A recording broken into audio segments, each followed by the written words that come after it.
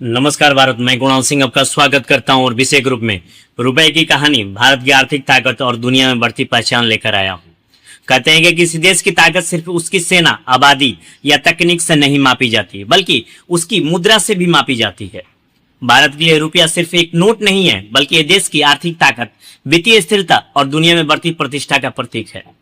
आज भारत दुनिया के सबसे तेजी से बढ़ती अर्थव्यवस्थाओं में शामिल है, लेकिन फिर भी अक्सर यह सवाल उठता है कि जब भारत इतना आगे बढ़ रहा है तो डॉलर मजबूत और रुपया कमजोर क्यों दिखाई देता है। सवाल उठना तो लाजमी है। असल में रुपया और डॉलर की कीमत मांग और आपूर्ति पर निर्भर करती है। भारत को तेल, गैस, मशीनें और कई अन्य चीजें विदेशों से खरीदने के लिए डॉलर की जरूरत पड़ती है।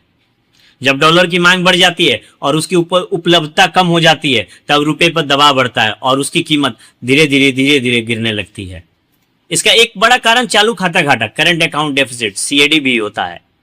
इसे बहुत आसान भाषा में समझे तो यह देश की आमदनी और खर्च का अंतर होता है।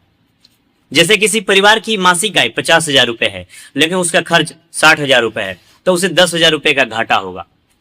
ठीक इसी तरह जब भारत विदेशों को सामान और सेवाएं बेचकर जितना पैसा कमाता है, उससे ज्यादा पैसा विदेशों से सामान और सेवाएं खरीदने में खर्च कर देता है, तो इसे चालू खाता घाटा कहा जाता है।